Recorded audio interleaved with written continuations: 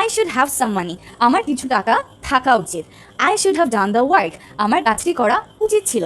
So এই should have দিয়ে কিন্তু আমরা এই দুই ধরনের সেন্টেন্সে ফর্ম করতে পারি, থাকা উচিত এবং উচিত ছিল। তো মাঝে মাঝে আমরা এদের ফর্মেশন নিয়ে কনফিউজড হয়ে যাই যে কোথায় আমরা শুড হ্যাভের পর ভার্বের পাস্ট পার্টিসিপল ফর্ম ব্যবহার করবো, বা কোথায় শুডের পর আমরা একটা নাউন বা প্রোনাউনকে ব্যবহার করবো, আর কোন জামিনে কি হবে। সো এই কনফিউশনটা দূর করার জন্য আজকের এই শুড হ্যাভ নিয়ে লেসন নিয়ে এসেছি আমি নোরে জান্নাত মিম আপনাদের সাথে। Welcome to 1 Minute English with me. Here we learn spoken English and basic grammar very easily and very effectively. Now let's not waste your time and get into the business.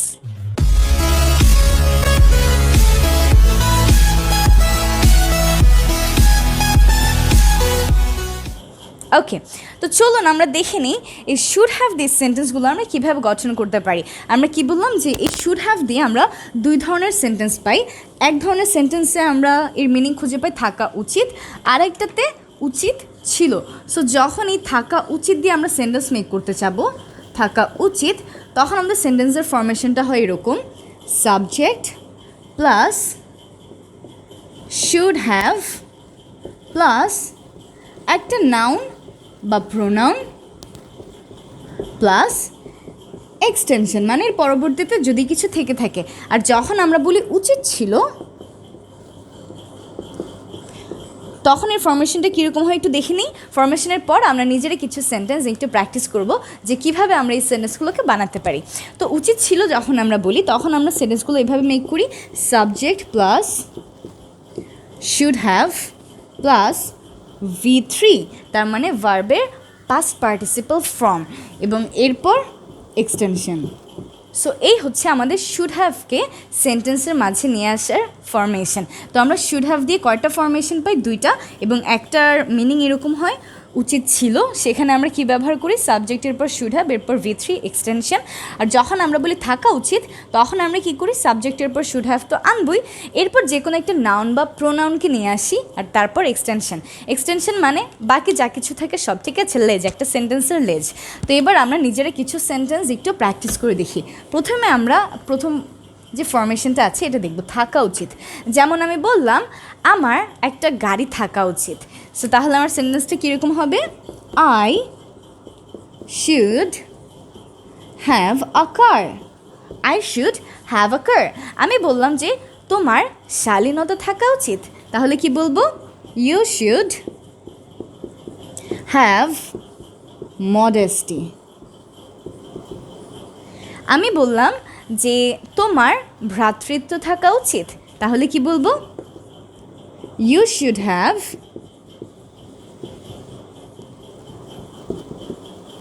Brotherhood.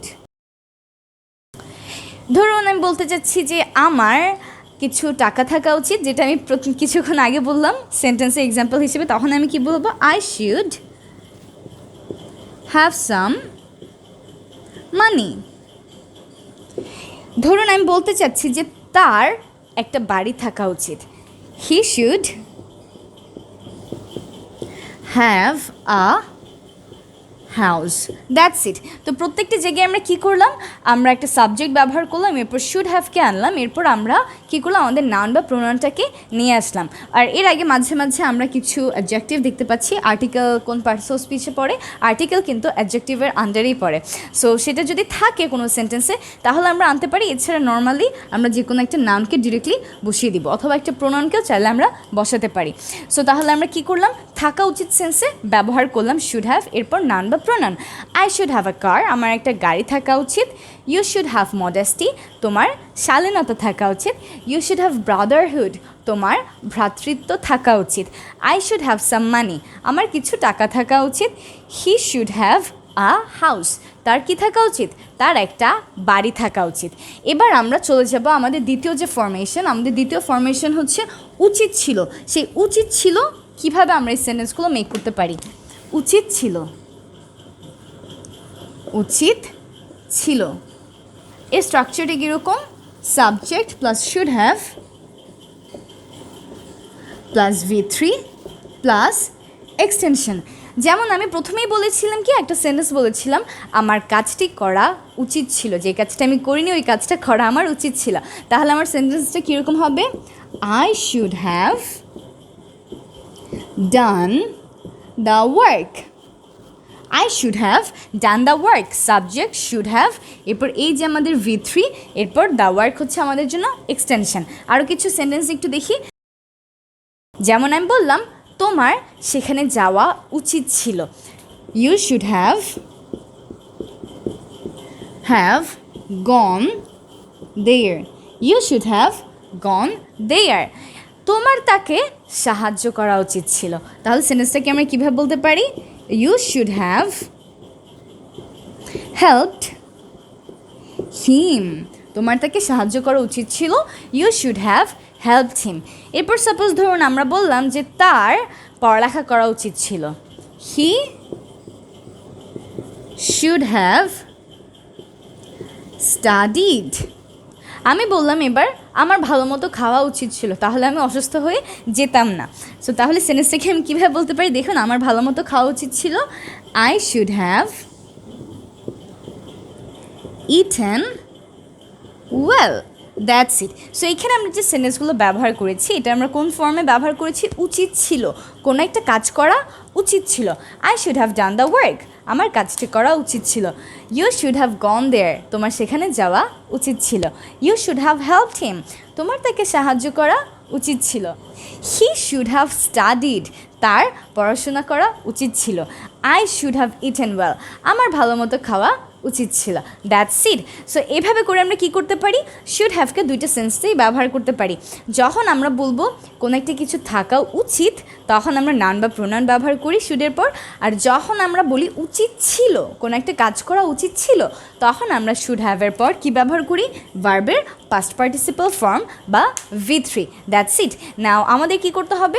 আমাদেরকে যেটা করতে হবে সেটা হচ্ছে এই দুই ধরনের formation দিয়ে আমরা নিজেরা প্রচুর সেন্টেন্স বানানোর প্র্যাকটিস করব এবং আমাদের খাতায় 10টা করে সেন্টেন্স লিখবো। এটাই আমাদের হোমওয়ার্কটা আমরা কোথায় জমা দিব? 1 Minute English with Meem এর পক্ষ থেকে আমাদের যে ফেসবুক গ্রুপটা আছে সেখানে। তো আমাদের ফেসবুক গ্রুপ, আমাদের ইউটিউব চ্যানেল, তারপর আমাদের ফেসবুক পেজ, এরপর আমাদের ইংলিশ ল্যাঙ্গুয়েজ ক্লাব, তারপর আমাদের ইনস্টাগ্রাম অ্যান্ড টিকটক অ্যাকাউন্ট, সব কিছুর লিঙ্ক কিন্তু আপনারা পেয়ে যাবেন ডেসক্রিপশন বক্সে। এই ভিডিওর নিচে যদি আপনি যান ডেসক্রিপশন বক্সে, তাহলে সবগুলো জায়গায় লিঙ্ক কিন্তু আপনি পেয়ে যাবেন। সো এখান থেকে দেখে সব জায়গায় কানেক্টেড হয়ে যেতে পারেন। And I am Noore Jannat Meem. I wish you all the very best, and I hope that this journey of learning English will be really effective and easy. So well, don't forget to subscribe this channel because you need to learn English and you need to get the next videos too, right? So well, I wish you all the very best. Take care and Allah Hafiz. But don't forget to share this lesson. Goodbye. I'm so sorry I can't talk to you right now. I'm really busy. Assalamualaikum everyone, I'm Noore Jannat Meem and I'm back with a new English short tutorial. So well, busy এই ওয়ার্ডটাকে আমরা প্রচুর ব্যবহার করি আমাদের day to daily লাইফে। যখন আমাদের কাছে অনেক কাজ থাকে সাধারণত তখন আমরা এই বিজি ওয়ার্ডটাকে ব্যবহার করে থাকি। তো আজকে আমরা শিখব দুইটা ফ্রেজ, খুবই চমৎকার দুইটা ফ্রেজ এই বিজি, আই এম বিজি এটার পরিবর্তে ইউজ করার জন্য। সো প্রথমত যেটা আছে সেটা হচ্ছে I have a lot on my plate. কি? I have a lot on my plate. So এটার মানে আসলে বোঝায় না যে আমার প্লেটে অনেক কিছু আছে, আমি এত কিছু খেতে পারবো না। আসলে I have a lot on my plate এর মানে হচ্ছে আমার হাতে অনেক কাজ, এখন আমি অনেক ব্যস্ত। So instead of saying I am busy, I can say that I have a lot on my plate. আর এর পরবর্তী যেটা আছে সেটা হচ্ছে as busy as a bee. As busy as a bee, যার মানে হচ্ছে একটা মৌমাছির মতো ব্যস্ত। মৌমাছি যেমন মধু সংগ্রহ করার জন্য সবসময় ব্যস্ত থাকে, সবসময় উড়াউড়ি করে সব জায়গায়, তেমন আমরাও আসলে খুব ব্যস্ত এবং আমাদের কাছে অনেক কাজ রয়েছে। সো আমরা বলতে পারি I am as busy as a bee, যার মানে হচ্ছে এখন আমি অনেক ব্যস্ত। সো এই দুইটা ফ্রেজ কী কী চলুন আমরা আরেকবার রিভাইজ করে নিই। নাম্বার 1 যেটা সেটা হচ্ছে have a lot on my plate. আমি আমার কথা বললে আমি সেন্টেন্সটাকে এইভাবে বলবো, I have a lot on my plate.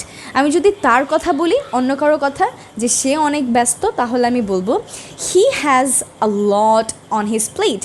আমি যদি বলি আমরা অনেক ব্যস্ত, we have a lot on our plate. That's it. এভাবে করে আমরা আমাদের সেন্টেন্সগুলো মেক করতে পারি।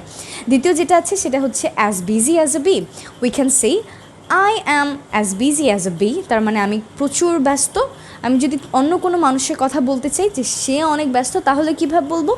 হি is as busy as a bee. আর যদি আমি আমাদের কথা বলি, আমরা অনেক ব্যস্ত, তাহলে বলবো we are as busy as a bee. That's it. I am Noore Jannat Meem and I hope to see you all real soon, and best of luck for all of you. Goodbye and take care.